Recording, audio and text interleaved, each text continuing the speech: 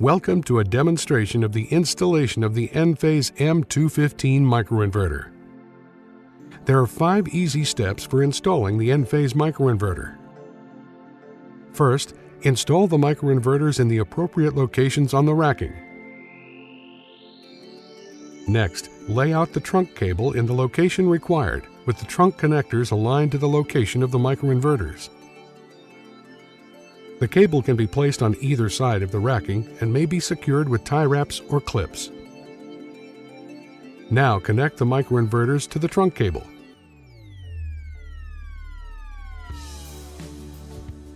Terminate the ends of the cables. Connect one end of the trunk cable to the junction box.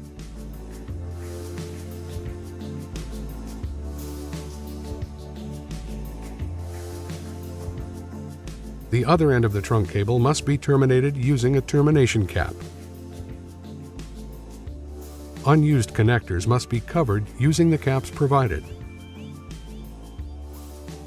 Finally, use the labels to identify the location of each microinverter and use the easy online Array Builder utility to enable the array to be viewed in the Enlighten monitoring system.